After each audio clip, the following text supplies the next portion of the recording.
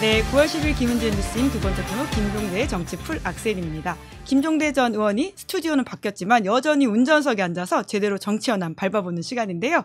오늘 동반석에 더불어민주당 이영우 의원님 모셨습니다. 두 분 안녕하세요. 안녕하세요. 어서 네, 저희 바뀐 스튜디오에서 뵈어가지고 너무더 반갑습니다. 예, 이렇게 그 일치월장 스튜디오가 발전하니까 확실히 성장하고 발전한다는 느낌이 없네요. 아주 훌륭합니다. 네, 사실 지난주부터 바뀐 스튜디오였는데 이제 부득이하게 못 배워가지고 이번 주에 또 이런 저희 축하 인사를 받고 있다라는 말씀을 드리면서 예, 이용우 의원님도 저희 사실 작고 소중한 스튜디오에서 몇 번 뵀었는데 예, 굉장히 드라마틱한 변화에 지금 깜짝 놀라고 계신다라는 생각이 지금 듭니다. 막 둘러보고 있어요. 지금. 예, 그 정도로 대단하진 않아요. 1평이 늘어난 겁니다. 한 10배 정도 늘어난 것 같은데. 예.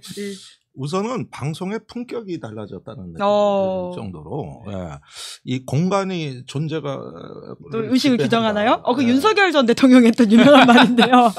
용산으로 가면서 윤 대통령의 그 참 유일하게 맞으면서도 또 길이 남을 그 명언 아니었습니까? 네, 예, 저희의 의식을 지배하는 공간. 바로 그걸 일깨워주죠. 네, 하지만 저희는 초심을 잃지 않고 김종대 전 의원님께서는 여전히 운전석 복장으로 함께해 주신다라는 말씀을 드리면서 또 이용우 의원님은 지금 검찰개혁 정상화위원회 특위 간사이시기도 하고 또 노란봉투법 통과에 가장 앞장서서 역할을 하셨어가지고 그동안 고생 많이 하셨고 또 잘 이야기 해주시길 부탁드리겠습니다.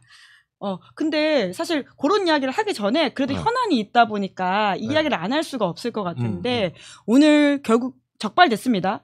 송원석 원내대표라는 건데요. 혹시 그 시간에 이용우 의원님 현장에 계셨습니까? 네, 본회의장에 있었죠. 들으셨어요?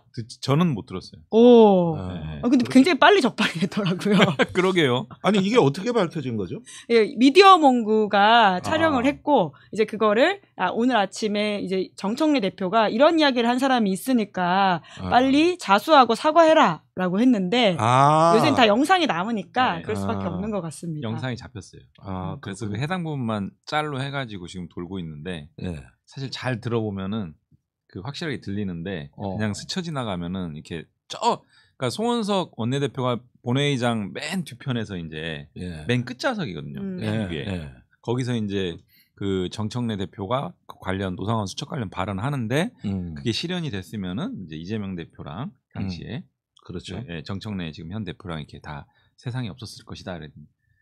차라리 그렇게 됐으면 좋겠다. 뭐 이런 발언을 했는데 그게 이제 알려진 거죠. 근데 어떻게 그런 말을 했나 좀 충격적이긴 하더라고요. 또 노상원 수첩 관련해서는 우리 김종대 의원님도 오랫동안 추적하시고 또 관련된 책도 쓰고 계시지 않으십니까? 예, 지금 뭐 아주 어려운 책이라서 이 집필하는데 큰 어려움을 느끼고 있는데 그런데 이번에 21세기형 인지정 쿠데타라고 제가 이 사건 성격 규정을 하고 있어요. 네? 인지전 쿠데타. 코그니티브 워페어라고 해서 요즘 최신 전쟁 이론인데 사람의 의식과 마음을 공격하는. 윤석열이. 그래가지고 그 포고령 2항 그 가짜뉴스 허위 조작 선동을 금지한다고 하는 포고령 2항이 나오게 된 경위. 그 다음에 선관이나 여론조사 곳에 서버를 공격 목적으로 삼고 전체적인 어떤 쿠데타의 사이즈는 줄였거든요. 요게 그 변화된 어떤 인식을 담고 있는데 옛날엔 댓글 공작이나 하는 수준이었는데 요즘은 알고리즘을 노린다고. 네네. 그래서 그거를 이제 포고령에 담고 실행 계획을 짜는데 여인형이 재밌는 짓을 해요. 쿠데타 전에. 방첩사 유튜브를 만들려는 거야. 그래가지고 직원들이 쩔쩔매. 기록들이 쭉 나오더라고. 방첩사 유튜브를 만들어서 뭘 하라는 거죠? 부정선거 음모론을 뭐 하라는 건가요? 그런 부분에 자꾸 관심을 가리고. 그 다음에 검찰 특수본이 나중에 압수수색 들어오잖아요. 인지정 관련 생산한 자료로부터 제일 먼저 없어요. 그러니까 결국은 지금 작년에 시도했던 비상계엄이라고 하는 게 군사적인 것만이 아니라, 그러니까 우리의 인식까지도 그런 장악하려고 했던 것들을 이제 지금 다 확인하고 계신다는 말씀이시네요. 이게 이후에 설계된 걸 보면은 여론 형성의 심장과 중추를 공격해서 나중에 계엄이 끝나고 난 뒤에 그 말도 나와요. 김용현하고 여인영 사령관 간에 어떤 그 선거 조작에 대한 적절한 증거 제시만 하면 예. 국민들은 계엄에 대해 지지 여론으로 돌아선다. 와. 그러니까 철저하게 이 여론의 중추를 노리는 쿠데타였거든요. 그래서 특전사는 전통적 쿠데타를 보여줬고 네. 방첩사는 현대적 쿠데타를 보여준 예. 복합 쿠데타다 이게. 이게 제 책의 그 앞에 이론을 구성하는 부분이고 그 다음에 그 자료들이 나가요. 예. 요렇게 이제 해가지고 이 책을 쓰는데 무지한 힘든 책입니다. 의원님, 근데 방첩사가 유튜브를 하려고 했다는 건 알려진 사실입니까? 전 처음 듣는 것 같은데. 검찰 진술조사에 나오는데 예. 이게 하급자들 진술조사에 나오는데 다 그냥 지나갔는데 오. 그때 유튜브 제작, 예. 그 다음에 그 사이버전을 네. 알고리즘 전쟁으로 준비하라는 게 그 인지전 기획, 예. 사이버전. 부정선거 음모론을 거기서 이제 퍼뜨리려고 했다는 거네요. 그러니까 이게 옛날하고 댓글 공작하고 차원이 다른 거야. 철저하게 이 지능화된 시스템 안에서의 조작 이거 인지전을 지들이 막아낸다고 인지전 연구해가지고 지들이 인지 부조화가 돼버린 거예요. 웃기는 일이 일어나. 이게 한 6개월 이상 쫙 있는데 이후에 검찰 특수본이 올 때 이 자료를 대법원 파쇄를 했단 말이에요. 그래서 검찰이 왜 특정 자료들이 많이 없어졌거든. 예. 그래서 왜 없앴냐. 그러니까 대답이 주로 이런 겁니다. 민감해서 없었습니다. 그럼 뭔가 있다는 얘기거든. 예. 그래가지고 그 원전까지 다 찾아봤다니까. 여기 인용된 학자들 뭐니 해가지고. 그러니까 이 쿠데타의 성격을 재규정해 주는 거예요. 네네. 그게 인지전 쿠데타. 예, 그 유명한 용어입니다. 이게 한 10년 전부터 그렇군요. 안보 쪽에서 아주 그 풍미하는 이론인데 이제는 댓글 같은 양적인 이런 조작을 하는 게 아니라 이 여론이 형성되는 알고리즘을 찾아내서 그 심장부를 타격하는 전쟁.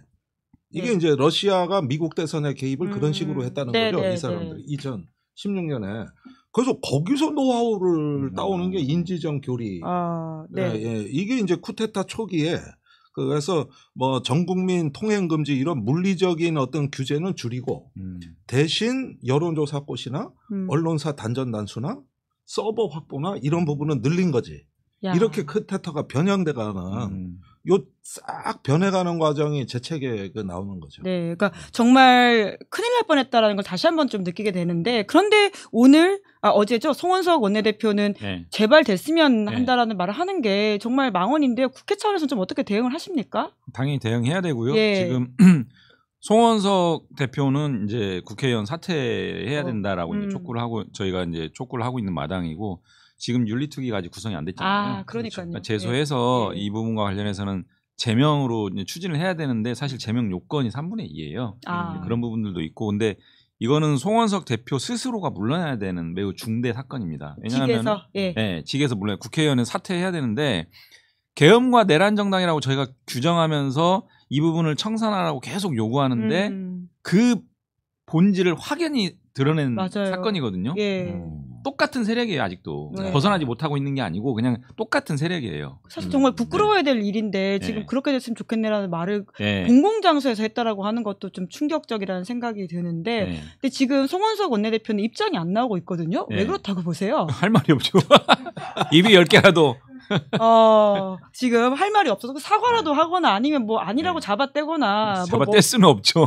영상이 남아 있으니까. 국민들이 이미 다 보고 들었습니다. 국민이 다 보고 들었지만 바이든 날리면 같은 사태가 있어가지고 혹시라도 또 그럴까 걱정을 그렇지. 했는데. 그런 식으로 마사지할 방법을 찾겠죠. 지금까지 메시지가 그때도 뭐 바이든이 아니다 날리변이다. 15시간 만에 그 출구를 찾아낸 거 아닙니까? 겨우 연구한 게 그거였잖아요. 입모양까지 이제 저희가 다 확인을 했기 때문에 그래요? 빼박인데 그럼에도 불구하고 또 그런 애들이니까요.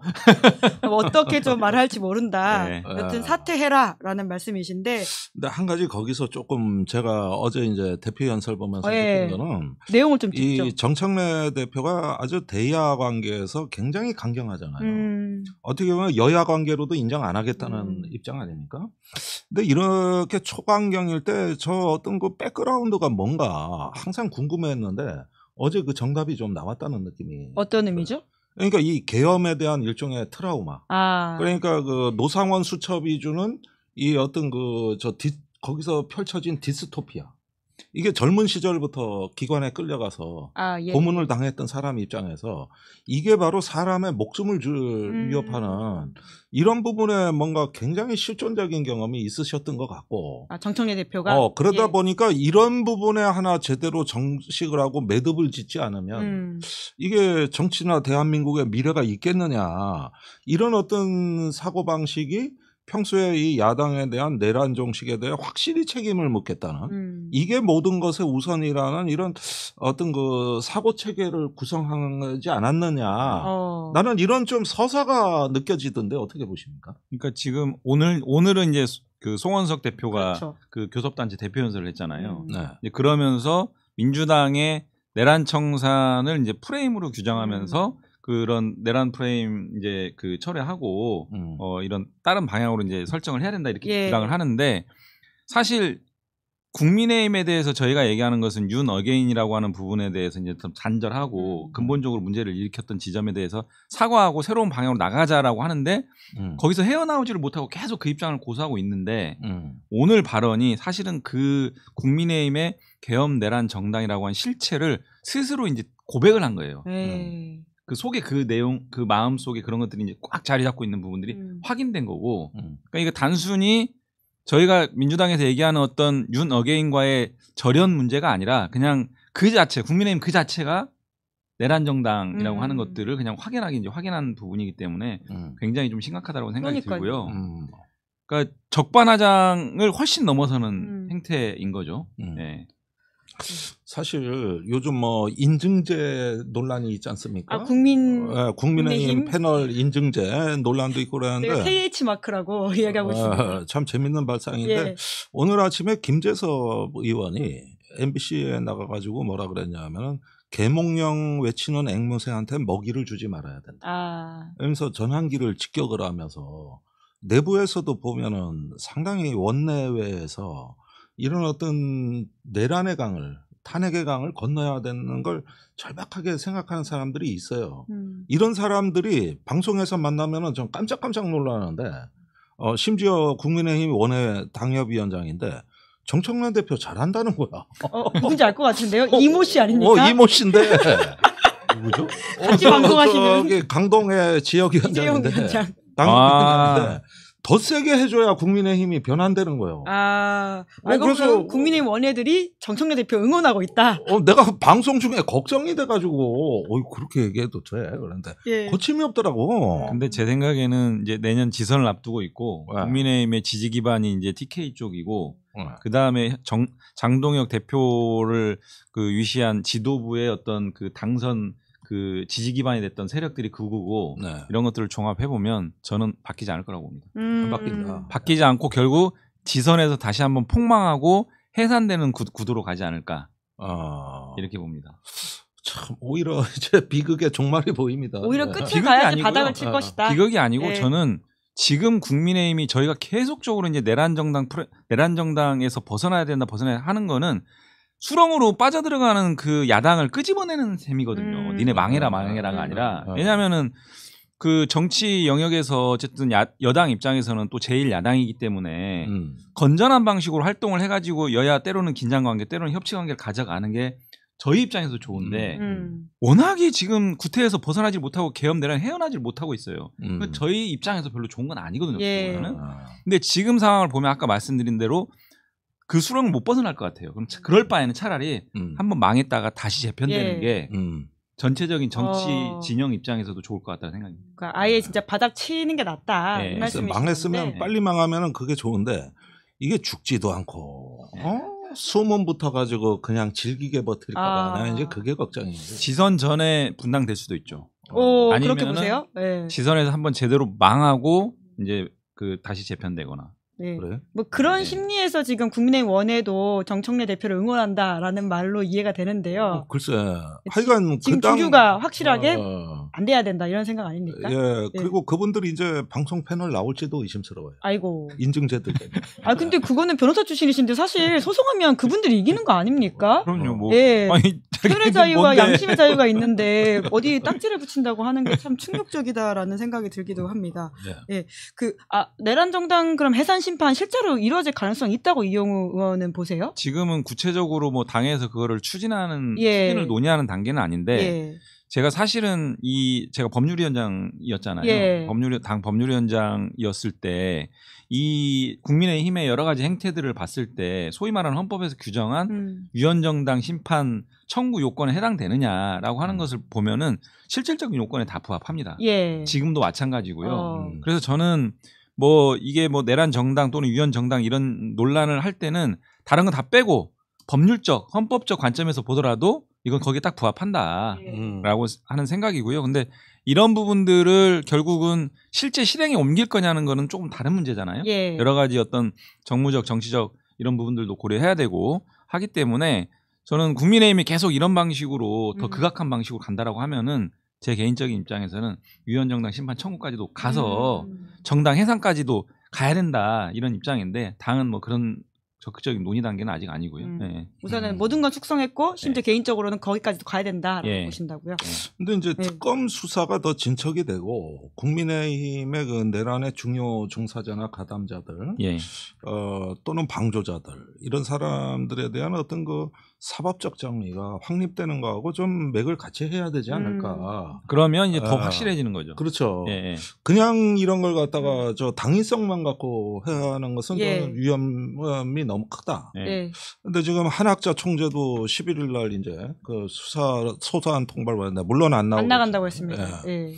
이제 이러면서 국민의힘의 실체가 어떻게 구성이 돼 있는가에 특검이 지금 들어가고 있는 거거든요. 그래서 이런 것들을 통해 가지고 좀 실체적 진실들을 더 좀 어떤 그 촘촘하게 엮어서 그것이 하나의 어떤 국힘 해산으로 빌드업되는 좀 이런 하나의 서사와 과정을 좀 갖춰줘야 된다는 거죠. 안 그러고 자칫하면 옛날 통진당 사태 같이 가면은 지금도 그거 아픔은 계속되고 있는 거죠. 그렇죠. 너무나 폭력적이었기 때문에.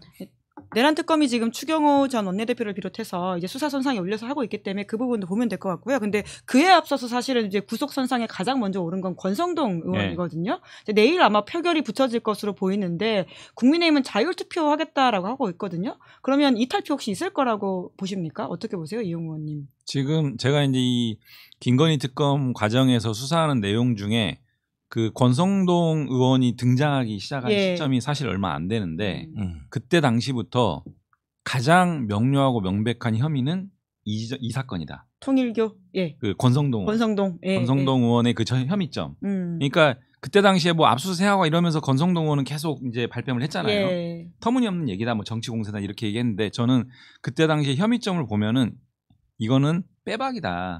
이렇게 이제 봤는데 지금 더 그 실체가 점점 드러나고 있기 때문에 혐의점은 명확하다라고 저는 보고요. 심지어 소위 말하는 증거인멸의 우려라고 하는 구속사유 이것도 명료하거든요. 그렇잖아요. 휴대폰 교체하고 차명편으로 소통하고 또 자기 이제 보좌진 해가지고 택배 기사 전화해서 거기서 이제 드러났잖아요. 그러면서 이거는 법원의 영장 전담 그 법관이 이거를 빼줄래야 빼주기 어려운 정말 빼박 구속사유예요. 이런 상황이고 이런 상황들을 종합했을 때 국민의힘에서 지금 자유투표를 하면 저는 그나마 생각 있는 의원들이 있다라고 하면 이탈표가 일부 이제 있을 거라고도 보여지고 또 한편으로는 그 지금 국민의힘 정당 내에 구도가 있지 않습니까? 그런 구도에서 이 내란이라든지 이런 어떤 그 불법 비리라든지 이런 부분들에서 좀 선을 그어야 되는 거 아니냐, 우리 당이 언제까지 여기 끌려다닐 거냐. 소위 말하는 찬탄파. 일부 그런 그 의원들이 나오지 않을까. 근데 그 말씀은 자유투표를 한다는 전제 하에서 성립되는 얘기인데 다른 전술을 쓸 수도 있는 거 아닙니까? 이때 표결에 불참한다든가 또는 그 전에 의총을 열어가지고 뭐 당론을 표결에 반대하는 걸로 하고 뭔 장치를 한다든가 지들 또 뭐 이거 그냥 맥 놓고 알아서 투표하세요 이렇게 할 것 같지는 않은 느낌이. 일단은 알기로는 이제 자유투표는 정한 것 같고 것으로 다만 이제 말씀하신 것처럼 불참. 근데 자유투표하라고 하는 거는 일단 뭐 알아서 참석하든 안 하든 뭐 그것까지 다 이제 열어놓은 것 같긴 한데. 저도 좀 그게 의외이긴 했어요. 국민의힘이 이거 뭐 당론으로 해가지고 뭐 결사 옹호 뭐 이럴 수도 있는데 일단 그거는 풀었지 않습니까? 자기네들이 보기에도 이거는 조금 너무 심각한. 내가 이 부분도 다 가바치기에는 그 장동혁 대표의 당 대표 취임 이후로 예. 조금씩 여론을 의식해야 한다는 어떤 그 징후들은 미세하게는 나타나는 것 같아요. 예. 그러니까 예를 저기 뭐냐 그 뭐 전환기라고 거리두기라든가 뭐라든가 하면서 조금 눈치 보기, 약간의 어떤 그 살피기. 뭐 이런 부분들은 있는 것 같아. 네네. 그게 자유투표로 연결된 거 아닌가? 네. 근데 제가 오늘 그 본회의장에서 송원석 대표의 교섭단체 대표 연설을 들으면서 지금 말씀하신 우리 김 의원님하고의 생각은 좀 많이 간극이 생기더라고요. 정말 듣기가 너무 힘들어가지고 혼용무도하다 뭐 이런 것도 했고. 네. 진짜 본회의장에 앉아 있다가 밖에 나오면 그 앞에 이제 약간 그 쉬는데 공간 있잖아요. 거기서 이제 방송 예. 다 들을 수 있거든요. 예. 직접 보고 듣기가 너무 힘들어서 밖에 나와서 정말로 들었는데, 예. 아니 그러니까 인식이 너무 지금 그 이게 바뀌지 않고 있어요. 괴리가 예. 무슨 쉽게 말해서 자기네들이 100배 사죄에도 시원찮을 판에 이재명 정부를 손가락질하면서 이재명 정부 탓을 하면서 이러고 있는 것 자체가 정말 이 손가락질하는 걸 이렇게 돌려주고 싶더라고. 반사.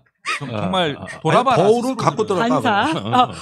하나 들고 들어가세요. 다음부터 반사 이렇게. 너무 답답해요. 무슨 내란정당 프레임이 어디 무슨 말이 돼? 지금 특검 수사 뉴스도 안 보나? 지금 다 밝혀지고.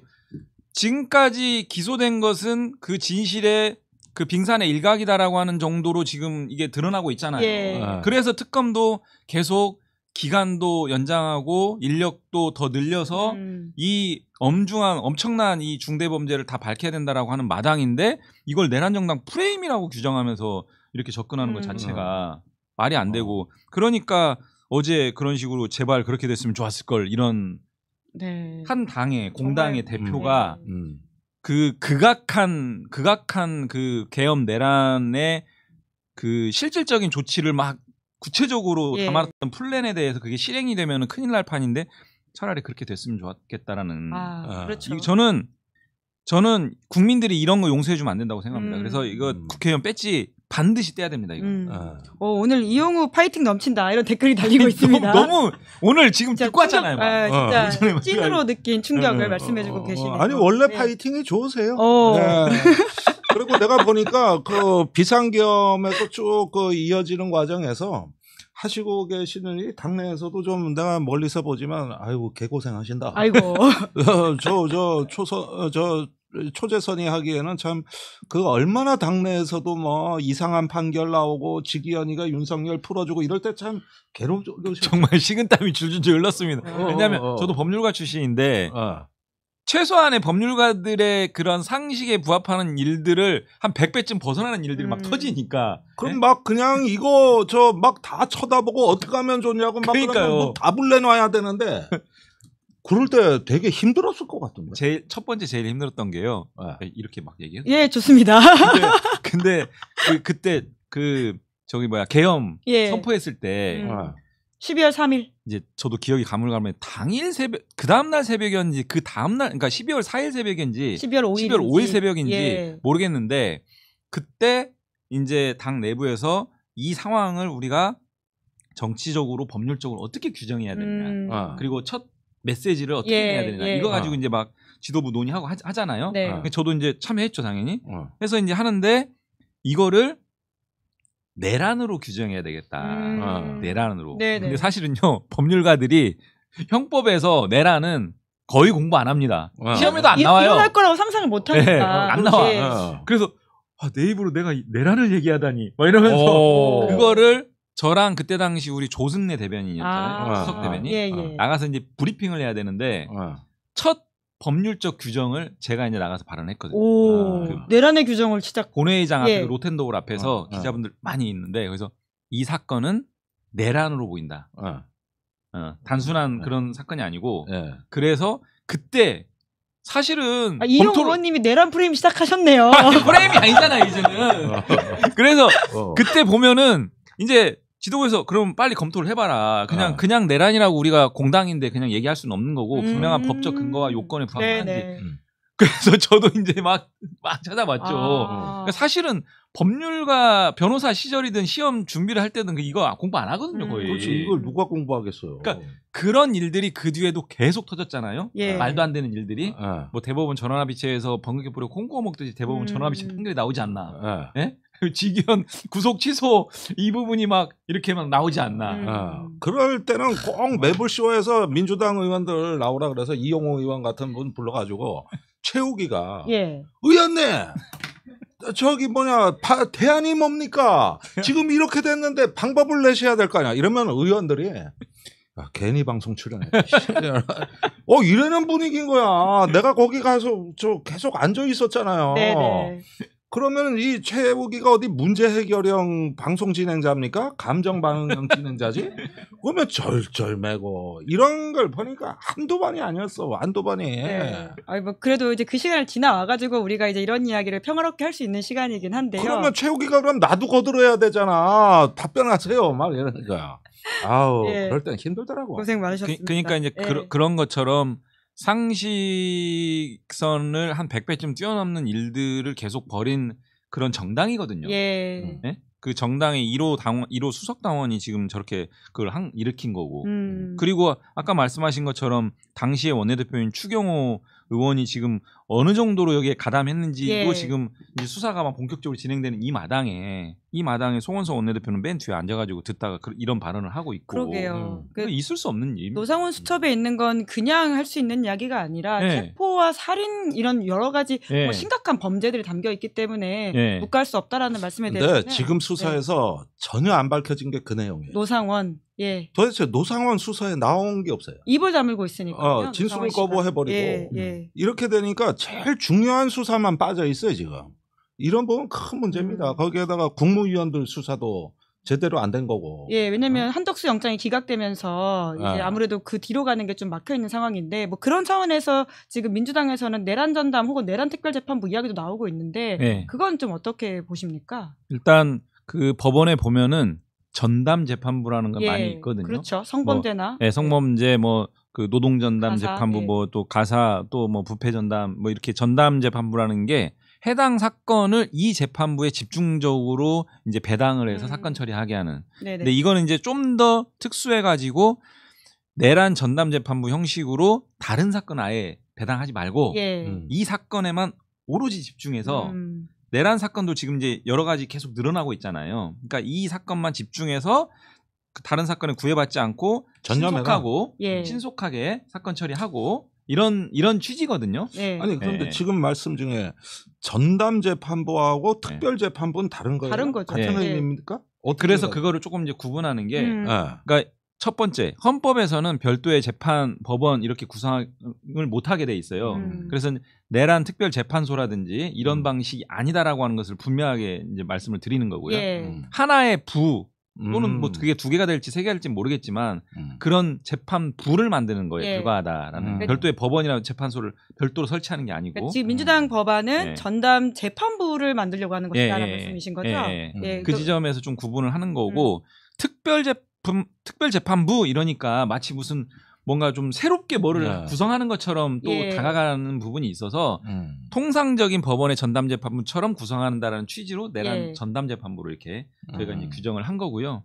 사실은 해외에서든 국내에서든 선례가 또 없는 것도 아니고 근데 제일 중요한 거는 세월호 당시에 이미 사법부가 검토를 했어요. 이 세월호 사건, 형사 사건들이 이제 많이 제기가 될 텐데 이거를 어떻게 처리할 거냐. 1안, 2안, 3안을 검토하면서 3안으로 전담재판부, 특별재판부 요거를 검토했고 심지어 이렇게 구성하면 세월호 사건에 법원이 집중적으로 심리를 한다라고 하는 것들을 잘 홍보할 수 있겠다라고 하는 것을 장점으로 이렇게 명시를 해놔요. 그러니까 이런 식으로 해놨고 그 다음에 사법농단 당시에도 사법농단 사건 자체가 현직 법관들하고 직간접적으로 연결돼 있을 수 있으니까 조금 더 어떤 공정성이나 이런 것들을 제고하기 위해서 별도의 특별재판부, 전담재판부 얘기가 나왔었는데 그때 실제로 발의까지 됐고 그 발의안에 대한 법원 행정처의 검토 의견이 이제 회신이 국회로 왔는데 찬성 의견은 이렇고 반대 의견은 이렇다. 이렇게 공이 양쪽 양론을 갖다 이제 기재를 하면서 이게 위헌이기 때문에 안 된다. 이런 얘기가 없어요. 그런데 지금 이 상황에서 이 상황을 자초했던 사법부가 이런 것 논의 자체를 봉쇄하는 것은 위헌이라는 딱지를 붙여서 봉쇄하는 것은 매우 잘못되고 너무 나갔다. 예. 만약에 그런 그네들이 우려하는 위헌성이라는 게 어느 정도 있다라고 한다면 소위 과정에서 논의하면서 그걸 갖다 이제 위헌성을 제거해 나가면 되거든요. 네네. 근데 이런 국회 논의 자체를 위헌이야 하면 안 돼라고 하는 방식은 국회 입법권에 대한 지나친 간섭이라고 아니 그러니까 이게 저는 법원의 태도는 난 검찰 개혁보다 궁극적으로는 법원 개혁이 나중에 사법 개혁의 핵심이 아니냐 이런 생각도 드는 게 이 노상원 수첩에는 법관도 수거 대상으로 그랬죠. 네. 예, 이재명 구속영장 관련된 판사. 그다음에 군 판사는 또 신원조회까지 했잖아요. 박정훈 대령에 대해서. 예. 그래서 상당히 많은 사법부 침탈 그게 이 엄연히 그 명단에 들어가 있는데. 근데 법원이 입장을 딱히 안 냈던 것 같아요. 난 그걸 본 적이 없다니까. 서부지법 테러 때도 천대엽 차장만 갔었지. 조희대 법원장이 안 갔죠. 한 적이 없습니다. 그런데 이번에 이 법관의 어떤 법원의 독립성이나 이런 거에 민감한 사람들이 유독 이 내란과 계엄 사태에 대해서만큼은 그런 느낌이 안 와요. 난 이게 미스테리야 지금. 이 민감도가 좀 떨어져 보인다. 예. 이것도 미스테리예요. 네. 그런데 이제 일각에서는 말씀하신 것처럼 따로 재판부를 차려가지고 이건 반민특위나 뭐 과거에 4.19 때나 했던 거다. 이런 식의 좀 지적이 있지 않습니까? 그럼 그런 비난 그리고 심지어는 민주당이 원하는 결과를 낳지 못하니까 판사들 아예 찍어가지고 그렇게 하는 거 아니냐라는 식의 주장도 조선일보 같아서 있던데 그건 어떻게 보세요? 그러니까 이제 내란 전담재판부를 만약에 이제 구성을 한다라고 했을 때 그 자체가 위헌이냐 꼭 그렇지는 않다라는 말씀을 쭉 드린 거고 그러면 이제 거기서 조금 논란이 될 수 있는 지점은 예를 들면 그 내란 전담재판부를 누가 구성하고 어떤 방식으로 구성할 거냐가 이제 핵심적인 어떤 지점이라고 보여지는데요. 이미 발의된 내용도 일반인들 과거에는요 반민특위 그 전담 그 특별재판부 같은 거 보면요 국회의원도 거기에 들어가요. 또 일반인도 들어가고.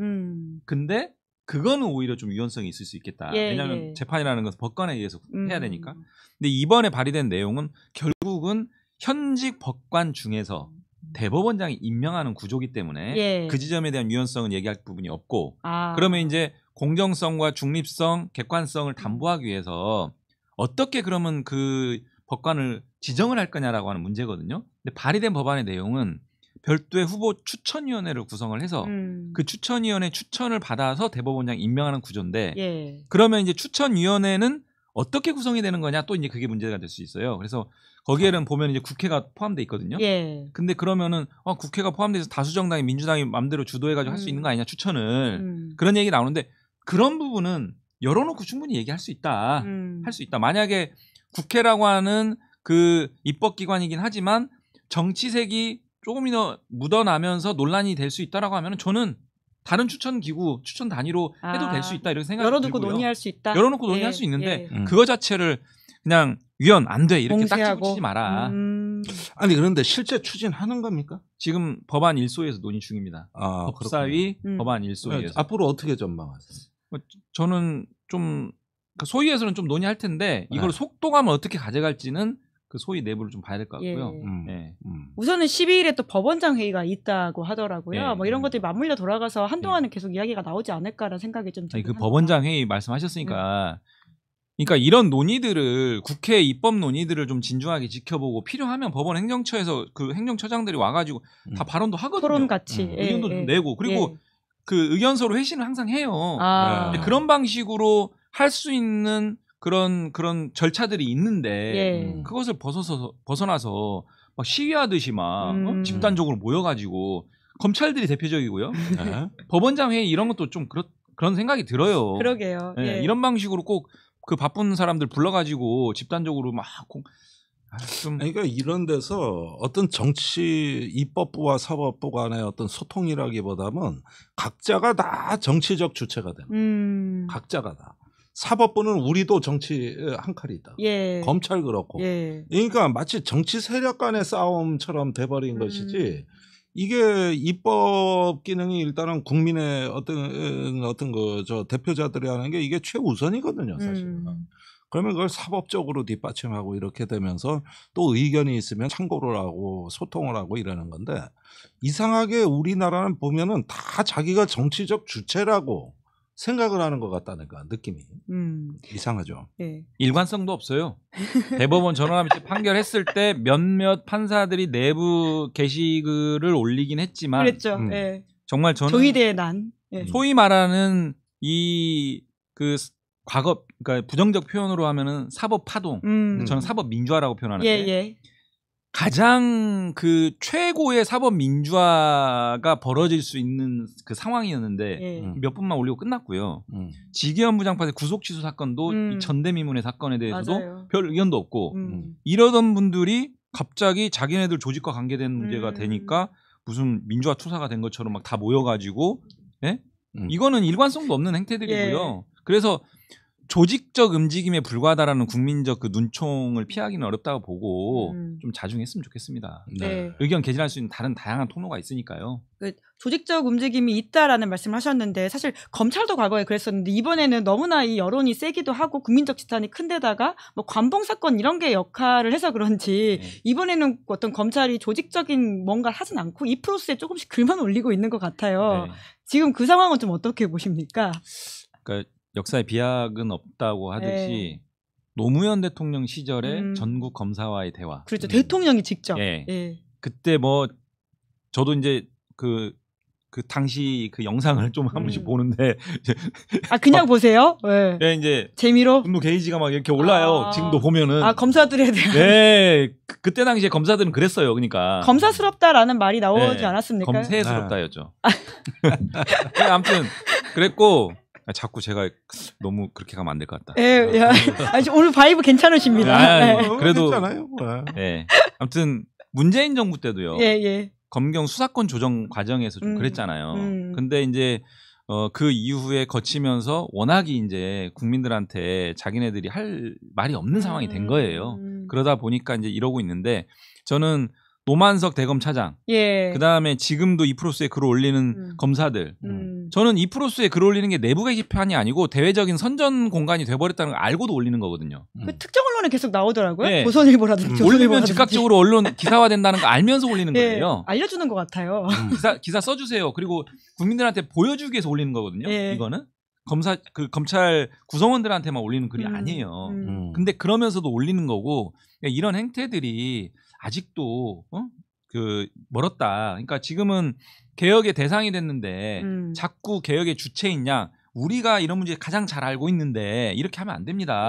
라는 글들을 막 올리잖아요. 저는 자중자애하고 만약에 정말 하고 싶은 얘기가 있으면은 그 대검 수장을 통해서 장관을 통해서 그렇게 공식적인 절차를 거쳐서 할 수도 있는데 같이 막 시위하듯이 대놓고 노만석 차장도 마찬가지고요. 그러게요. 출근길에 반성한다는 얘기보다는요. 앞단의 얘기를 하고 싶었던 거거든요. 이름이 바뀐다?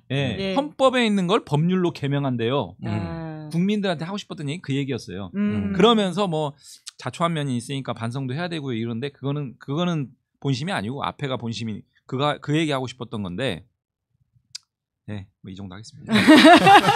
아니 검찰 얘기, 이 개혁 얘기로 빨리 넘어가야 되는데 이 부분이 제가 궁금한 건데 지금 이 당장간의 검찰 개혁에 관한 얘기가 나는 이견이 있는 게 정상이라고 봐요. 사실은 민주주의 사회에서 뭐 당정이 뭐 수직적 관계여야 되는 이런 게 아닌데 최근에 나타나고 있는 거는 분명히 이견이 있는 걸로 보이고 단지 어떻게 조정해 나갈 거냐 이런 과정으로 보인단 말입니다. 그런데 특히 1년이나 검토 기간을 길게 잡아놨기 때문에 이런 가운데서 아니 조금 어떤 단일한 의견을 빨리 내시지. 걱정된다. 그렇죠. 좀 그래가지고 검찰이 또 무슨 짓을 할지 있는 모른다. 거 아니야? 이런 걱정이 드는데 어떻게 전망하세요? 말씀드렸듯이 9월 25일 날 예정되어 있는 본회의에서 정부조직법 개정안은 반드시 처리합니다. 그 내용은 검찰청 폐지, 공소청과 중수청 신설 이걸 핵심으로 하는 내용이 담기고 이거야말로 불가역적인 검찰청 폐지, 새로운 시대로 넘어간다라고 하는 부분이 있기 때문에 그 이후에 또다시 검찰에 의해서 어떻게 휘둘리거나 흔들리거나 이럴 수 있는 여지는 없다. 사라진다. 라고 하는 것을 분명하게 좀 말씀을 드리고요. 77년 만에 어쨌든 검찰청이 이제 역사 속으로 사라지는 거예요. 네. 이런 부분이 있고 다만 검찰청 폐지라고 하는 큰 명제가 정부조직법 개정을 처리는 되더라도 예를 들면 공수청이 신설되면 공수청의 근거 법률이 새롭게 제정돼야 되고 그렇죠. 중수청도 마찬가지고 이런 것들에 대한 조정을 위한 별도의 기구가 필요하면 별도의 기구를 위한 재정법도 마련이 돼야 되고 그다음에 후속 입법만이 아니고 이게 핵심 후속 입법이고요. 이 검찰이나 검찰청과 연동되어 있는 개별 법률들이 어디서는 뭐 100여 개다, 어디서는 200여 개다 막 이렇게 나오잖아요. 그런 것들에 대한 동시에 정비가 필요하고 이런 법률적 정비 이외에 현실적인 인력 이관 또는 사무 이관 또 조직 개편 이런 실물적인 후속 조치, 행정적인 후속 조치도 필요하거든요. 근데 이런 부분들을 포함해서 적어도 한 치의 오차도 없이 동시에 스타트하려면은 꼼꼼하게 준비하려면 1년 정도 시간이 1년 정도는 둬야 되는 거 아니냐 이런 부분이고요. 후속 입법을 함에 있어서 국민적 공론화라든지 전문가들 포함한 여러 의견들을 청취하고 세밀하게 세팅을 해야 돼요. 악마는 디테일에 숨어 있다고 그 부분들에 대해서 충분한 논의를 거쳐서 완성도 있는 이런 작품을 내놔야 국민들도 안심하시고 그렇죠. 이렇게 가기 때문에 정부조직법 개정안은 큰 틀이기 때문에 이 정도 시간을 갖고 이제 할 수 있지만은 그 후속 입법은 조금 더 디테일이 있기 때문에 그런 어떤 플랜을 좀 그 타임테이블 가진 것 같고요. 만약에 추진하다가 굳이 1년을 억지로 채울 필요는 없으니까요. 그렇죠. 뭐 완성이 되면 네, 완성되고 또 준비하는 데 있어서 이 정도면 조금 더 당길 수 있겠다라고 하면 그때 가서 또 다시 의견을 나눌 수 있고 시간 좀 줄 수도 있다. 근데 이제 제일 중요한 건 보안 수사권 문제인 것 같은데요. 거기에 대해서는 지금 민주당이 어떤 입장을 가지고 있는지도 아직 확 정리된 건 아닌 것 같아요. 정리된 건 아니고 이제 논의를 해야 되는 주요 의제 중에 하나인데요. 이 지점과 관련해서 제가 얘기하고 싶은 건 뭐냐면은 논쟁 구도가 좀 왜곡되는 방식으로 흘러갈 공산이 크다. 어떻게? 왜냐? 보안 수사권이라는 얘기가 왜 나오게 됐냐면 경찰 내 국가수사본부 새롭게 신설되는 중대범죄수사청 그리고 지금 고위공직자 범죄에 대해서는 공수처 수사기관이 정부조직법 개정 이후에는 3분 체계가 됩니다. 이 3분 체계가 되고 검찰은 더 이상 수사 권한이 이제 없어요. 수사기관의 수사권이라고 하는 강력한 권한 때에 따라서는 권력이 될 수 있는 이 부분을 전담하게 됐을 때 저희가 이 권력기관 개혁에 접근하는 방식은 모든 권력은 집중하면 부패하고 오남용되기 쉽다라고 하는 전제하에서 이 명제에서 출발하는 거거든요. 경찰은 착할 것이고 검찰은 무조건 나빠 이런 관점으로 접근하는 게 아니잖아요. 그렇죠. 그러면은 수사권을 전담하게 된 이 수사기관의 권력 오남용 또는 부패 이런 부분들에 대한 우려를 염두에 두고 제도 설계를 하는 마당인데 이거에 대해서 그러면은 뭔가 누군가는 한 번쯤 브레이크를 걸고 통제할 수 있는 장치가 필요한 거 아니냐라는 차원에서 보안 수사권 얘기가 하나의 방안으로 나오는데 견제책.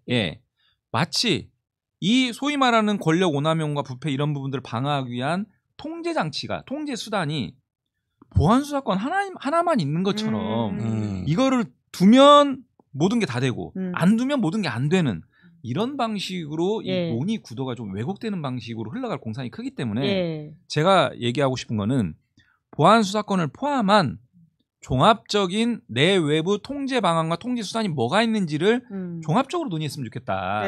그 속에서 보안 수사권은 하나의 수단일 뿐이기 때문에 이게 정말 필요한 거냐 다른 걸로는 안 되는 거냐 이렇게 좀 같이 놓고 얘기를 해야지 뭔가 온전한 어떤 대책이 대안이 나온다 이렇게 생각을 하는데 지금은요 다른 거 다 빼고 이거를 둘 거냐 말 거냐로만 협소하게 논의를 하다 보니까 이게 그런데 그렇게 가는 이유가 이 보안 수사권이 검찰의 어떤 수사권을 박탈하는 게 아니라 박탈하는 것 같기도 하고 아닌 것도 한 회색지대를 만들어서 그 회색지대로 검찰이 도피하는 듯한 어떤 혐의를 사람들이 문제 제기를 하는 거거든요. 그러다 보니까 이 문제가 하트해진 거 아니냐. 게다가 검찰도 그걸 필요하다고 말을 하고 있고. 그렇지. 또 거기에다가 굉장히 집착하는 모습을 보이더라고요. 맞습니다. 그러니까 그래서 제가 앞단에 말씀드린 거는 보안 수사권만 놓고 논의 구조를 형성해 들어가는 것은 누구의 의도일까? 누구한테 유리한 논의 구도일까? 이거를 말씀드린 겁니다. 누구한테 좀 더 유리한 논의 구도일까요? 여러 가지 통제 방안이 있다라고 한다면 보안 수사권이 크게 부각돼서 논의가 안 될 거예요. 그러면 누구한테 불리할까요? 제가 그 지점을 말씀드린 거고요. 논의 구도를 그렇게 왜곡시키면 안 된다는 말씀드린 거고 그러면 보안 수사권만 놓고 보더라도 보안 수사권이라는 게요 지금도 있습니다. 검찰한테 있는데 행사 정도가 미미해요. 그러니까 검찰이 스스로 지금 존재하고 있는 보안 수사권을 스스로도 거의 행사하지 않는데 그 행사하지 않는 권한을 끝까지 부여잡고 우리한테 줘야 된다라고 주장하는 이유는 저는 실질적인 권한 행사에 그게 아니라고 보는데 이거를 이렇게 검찰 내부에서는 계속 요구하잖아요. 근데 그게 저는 보안 수사권 그 자체에 대한 게 아니라 보안 수사권을 근거로 해서 인력과 조직을 존치하고자 하는 것까지 나아가거나 또 한편으로는 전권 송치라고 해서 사건 전체를 보내서 검사가 한 번 더 스크린을 해야 된다라고 하는 전권 송치까지 나아가고 심지어는 수사 지휘권까지 부활하는 것까지도 다 연동돼서 흘러갈 공산이 크다. 그 지점에서 보안 수사권 논의는 굉장히 신중하고 경계하는 방식으로 그리고 앞단에 말씀드린 것처럼 전체적인 그림 속에서의 하나 정도로만 논의해야 된다 이렇게 말씀드립니다. 이게 아니 사실은 어려워요. 왜냐하면 너무 미묘한데 제가 설명을 잘 못한 겁니다. 그런데 이런 것들이 정치화돼 있어요. 그러다 보니까 이 보안 수사권이 또 하나의 고지전이요. 그렇죠. 지금 그렇게 되고 있죠. 고지전이 돼가지고 사실 저거 산 하나 점령 하나 안 하나 큰 차이가 없는데도 양 진영이 그리로 몰려가가지고 이 고지전을 진행하는 형국으로 이게 판이 짜여진 거죠. 그렇게 보면은 요 부분도 그 본질이 뭐냐 이건 참 좋은 지적이신데 그런데 사실은 양쪽 다 저기에 몰입하더라고. 이 검찰개혁의 양 진영에서도 그런 어떤 측면들이 나타나 보인단 말이에요. 왜 그러냐면 보안 수사권 존치를 원하는 쪽에서 보안 수사권을 중심으로 논의 구도를 형성시켜 버렸어요. 그렇죠. 거기에 이제 그러면 그 주장하면 당연히 거기에 대해서 이제 반대하는 입장에서는 또 반론을 해야 되거든요. 그러니까 저는 앞으로 이제 당정대가 이 후속 입법 논의를 할 텐데 제가 강조하는 것은 보안 수사권만 놓고 논의를 절대 하면 안 된다. 그러면 올바른 논의가 안 된다.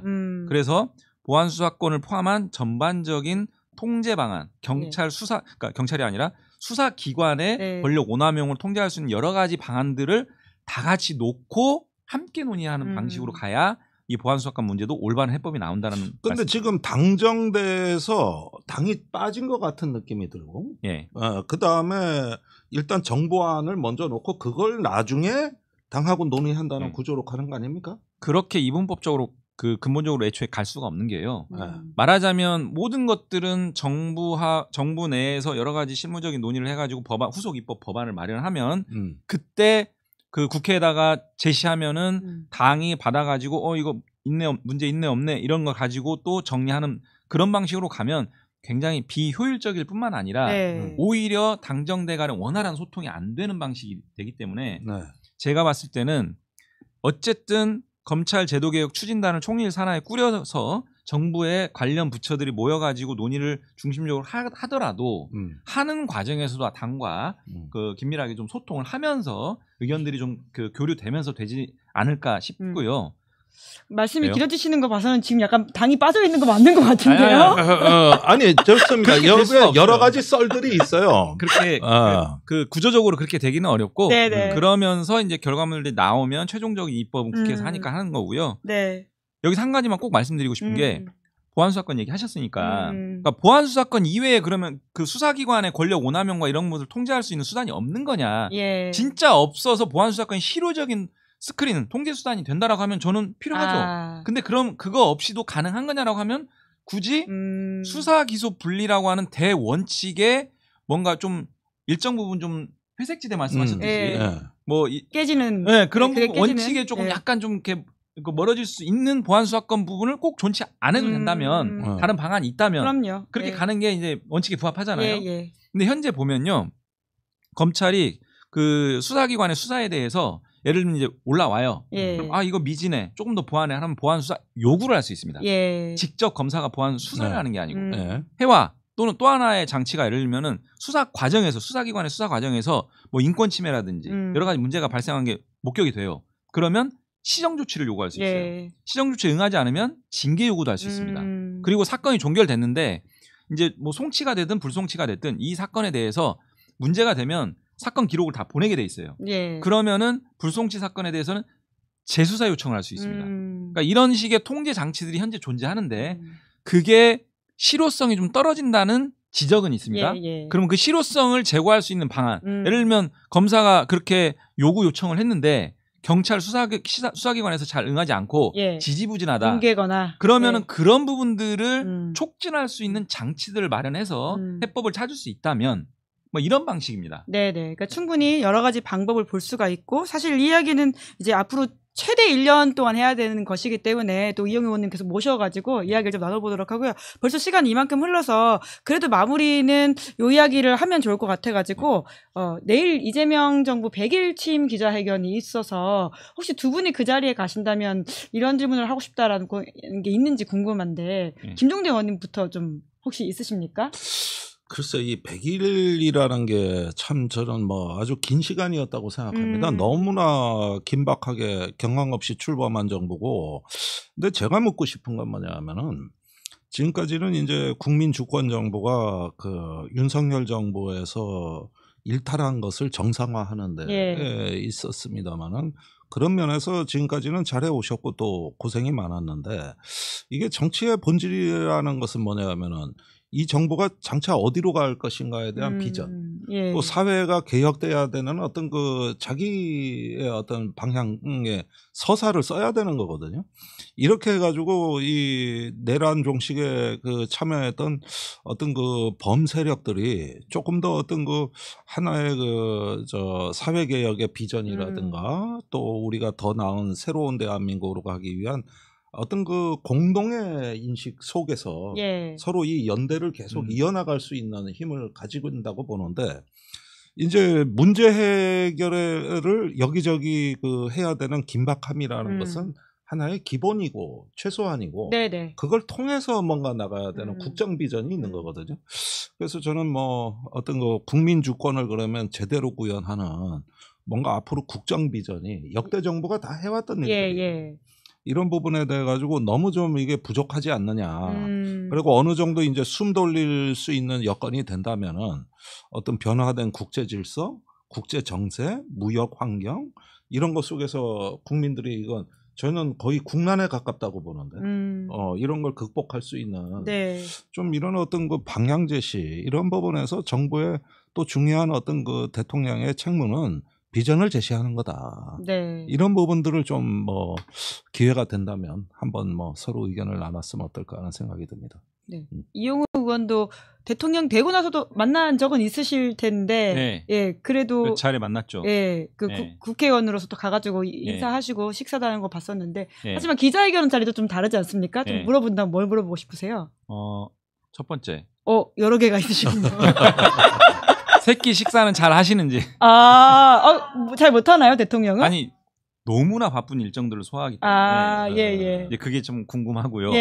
두 번째는 그 선거 시기에 그 이재명 당시 대통령 후보가 그런 얘기 했습니다. 이제 부모님한테 여러 가지를 물려받았는데 가장 그 중요하게 물려받은 게 건강. 정말 엄청난 에너지로 활동을 하잖아요. 저 감당할 수 있을까? 그래서 건강을 물어보고 싶고요. 그 제가 이제 국정기획위원회의 대국민 보고대회라든지, 그랬죠. 그 다음에 이제 얼마 전에 그 우리 의원 워크숍 다음 날 만찬이라든지, 또 뭐 자녀분 결혼식장에서도 그러니까 몇 차례 아무튼 보셨네요. 대통령 되고 나서 뵙고, 뭐 이렇게 몇 차례 뵀는데 그 전에는 이제 거의 뭐 매번 일주일에 뭐 3-4번씩 회의 같이 최고위원회 들어가고 대표 시절에 법률위원장으로 들어가고 이렇게 만났었는데 그 과정에서 갑자기 이제 이렇게 점핑해가지고 이제 공간이 분리되고 볼 시간도 없다가 몇 번 가끔씩 한 번씩 보잖아요. 이런 얘기 해도 되는지 모르겠는데 이렇게 한번 이렇게 안아드리고 싶더라고. 왜요? 너무 힘들 것 같아가지고. 힘내라고? 왜냐하면은 계엄 내란으로 대한민국이 모든 게 다 무너진 상태에서 아무것도 없이 우리가 이제 개문발차 얘기하는데 개문발차 수준이 아니고 그랬잖아요. 누가 그 뚜껑도 없는 열차가 지금 달리고 있는 형국이라고. 그래서 100일 동안 뚜껑도 없는 열차 이렇게 운전하느라고 어땠는지 이것도 좀 소회를 묻고 싶고. 좋은 말씀이신데 이 의원님이 한번 안아주는 것 갖고는 도움이 안 돼요. 그러면 수고하셨습니다. 안 하죠. 체온이 조금 그래서 그런 것보다 일단은 일을 줄일 수 있는 방법. 그거는 당정 간의 긴밀한 소통과 협조와 그다음에 국정과제 돼 가지고 참모들의 활동이 신속히 되면 덜 힘들어지신단 말이에요. 그러네요. 그러니까 저렇게 힘들고 안쓰럽고 이러는데 얼마나 힘드십니까? 난 이런 건 너무 많다고 봐 지금. 많다고 봐. 옆에 보고 하셔야 할 되는데. 때도 많은 분들이 오셨어요. 그랬는데 그렇게 힘들지 않도록 만들어주는 여건 창출이 중요한 거지. 이 발언을 제가 하고 아까 제가 했던 발언을 의원님이 하셨어야 되는데. 그렇지. 다 가서 힘드시죠. 그러면 이제 그만 좀 해. 많이 들었어. 그래가 그나저나 조금 이따 또 회의하고 나 어디 가야 돼. 이런 얘기인데 저희가 한번 뒷받침을 해보겠습니다. 이렇게 해서 좀 옛날에 이해찬 총리가 오니까 노무현 대통령이 이런 말을 하시대요. 내가 그때 청와대에서 들었는데 나 요즘 독서할 시간이 생겼다. 그래서 자랑을 하는 거야 우리 행정관들한테. 그래가지고 왜 그런가 보니까 총리가 탄탄하게 막아주니까 이제는 내가 미래를 생각할 시간이 생겼다. 그래서 국무총리 한 명이 얼마나 중요하다는 걸 제가 옆에서 봤는데 이재명 대통령한테 필요한 거는 대통령이 다 이런 걸 만기칠람을 안 해도 되는 세상을 만들어드는. 그러려면은 그때 같은 그 총리의 활동, 그 다음에 어떤 장관들의 분발과 이걸 또 시민들하고 여론을 접목하는 건 집권당이거든요. 그러면 이게 신경만처럼 뻗어 있다고. 이 여론을 종합하는 플랫폼은 누가 뭐래도 집권당이다. 그럼 집권당이 그런 어떤 플랫폼으로서의 기능을 어떻게 생산적으로 좀 할까? 이렇게 하다 보면 대통령도 독서할 시간이 생기는 거야. 이게 좋은 나라지. 제 발언 정정하겠습니다. 알아들리는 거 빼고요. 대통령이 독서할 수 있도록 국정을 잘 보셔야겠다. 당에서 백업하겠습니다. 사회생활의 꿀팁을 또 우리 김종대 의원님이 알려주셨다는 생각이 들고요. 그래도 뭐 마지막으로 뭐 100일 동안에 뭐 잘한 것 못한 것 짚어보신 것으로 마무리 발언을 좀 해주실까요? 제가 환노위에 있잖아요. 그러니까 그 산업안전이든 임금체불이든 여러 가지 노동 의제를 국가적 의제로 이렇게 좀 올려놨다는 거, 그리고 국민적 관심을 모아냈다는 거, 이런 부분들은 사실 역대 정부 어느 정부도 하기 어려운 일이었는데 분명하게 이런 부분들은 평가받아야 된다는 생각이고요. 이거는 여야, 뭐 재계, 노동계, 보수, 뭐 진보 다 떠나서 가장 기본적이고 상식적인 국민의 생명과 안전, 또 임금, 이 생존이잖아요. 이런 부분들을 정확하게 좀 제시하면서 중요한 것은 이제 아까 말씀하신 것처럼 정부와 여당에서 이 근본적인 이제 대책을 마련해 가지고 시스템적으로 문제를 해결하는 것이 이제 숙제로 남아 있는 부분이 있고요. 저는 또 하나 인상적이었던 거는 공개 회의를 많이 하는 부분. 국민들한테 정말 효능감을 있게 하는 거거든요. 저는 그 근저에 자신감이 있다고 생각합니다. 다 보여줄 수 있다. 이런 부분들 굉장히 인상적으로 봤고, 제가 대선 때 그 선거 구호를 이렇게 얘기했거든요. 일 잘하는 대통령, 일하면 성과를 낼 줄 아는 대통령, 그리고 죽어라고 일만 하는 대통령. 그건 아닌 것 같은데. 제가 이 딱 세 가지를 가지고 선거운동을 했어요. 그 모습을 우리 지금 국민들이 보고 계시는데요. 아니, 어떤 대통령은 하도 폭탄주만 처먹으니까 이런 말이 먹혀든 거죠. 그렇지만은 사실은 그런 부분이다가는 아니다 생각이 들지만 난 한 가지 진보 정당에 몸을 담고 있기 때문에 이 산재나 지금 노동연실에 대한 문제를 의제화한 것에 대해서는 이게 진보 정당의 오랜 수건이었는데 이 부분에 대해서는 굉장히 가슴 뿌듯함을 갖고 있어요. 근데 궁극적으로 이 문제는 갑과 을, 하청 구조가 개입되지 않으면 사실 부분적인 개선은 가능할지 모르나 근원적인 해결은 어렵습니다. 맞습니다. 그래서 이 어떤 우리 사회에 있는 어떤 갑을 문화 또 하청과 외주화 문화에 있어 가지고 이런 걸 같이 더불어 살 수 있는 이런 관계로 가려면 큰 개혁의 비전이 필요하거든요. 이것도. 그래서 그런 부분으로 장기적 안목에서 이렇게 구조개혁까지 좀 같이 밀어붙였으면 하는 바람이죠. 그 말씀하셨으니까 노란봉투법 얘기를 안 할 수가 안 할 수가. 그러니까 그걸 마무리로 그걸 이야기하면서 끝내볼까요? 그것도 진보 정당의 오랜 수건이었다. 그럼요. 시사인에서 출발한 법입니다. 그렇죠. 노란봉투. 그래서 사실은 한국 사회 한 25년 된 수건 과제였고 노동 영역에서는 뭐 빼놓을 수 없는 과제였는데 드디어 공포돼서 시행을 이제 앞두고 있는 마당이고요. 말씀하신 것처럼 노란봉투법은 노동 취약계층에 대한 권리보장법이고 어떻게 보면 원하청 구조 속에서 발생할 수밖에 없는 이 위험의 외주화 문제 이런 것들을 또 한편으로 좀 제어할 수 있는 저는 그래서 이거를 산업재해 예방법이라고 얘기하기도 하고요. 이 분쟁과 대립으로 이제 점철되어 온 노사관계를 조금 더 대화와 타협의 어떤 그런 건강한 노사관계로 발전시킬 수 있는 저는 대화 촉진법이다 이렇게 얘기하는데 많이 또 공격을 하고 있죠. 이렇게 얘기했더니 오늘 또 송원석 원내대표가 교섭단체 대표 연설을 하면서 반기업법이다 뭐 이렇게 얘기하고 그래서 정말 내용은 알고 그런 얘기를 하는지 묻고 싶습니다. 송원석 대표 공개적으로 토론 한번 합시다. 오, 네. 좋습니다. 어쨌든 뭐 진보적 의제가 모처럼 많이 달아지는 이런 정치는 저는 오랜만에 겪고 있는 현상이라고 보는데 문제는 결실을 맺을 수 있는 이런 어떤 일관성과 책임성의 문제가 앞으로 요구되는 거거든요. 문재인 정부 때도 초기에 개혁은 좋았어요. 그런데 중간에 이상해지더라고. 그러더니 나중에 오히려 자산격차, 불평등 사회는 더 심화되는 거야. 개혁을 했는데도 왜? 그러니까 이것도 마찬가지입니다. 이제 우리가 한 건 한 건에 대해서뿐만이 아니라 이것은 불평등을 시정하기 위한 어떤 그 전반적인 목표 하에서 가는 거거든요.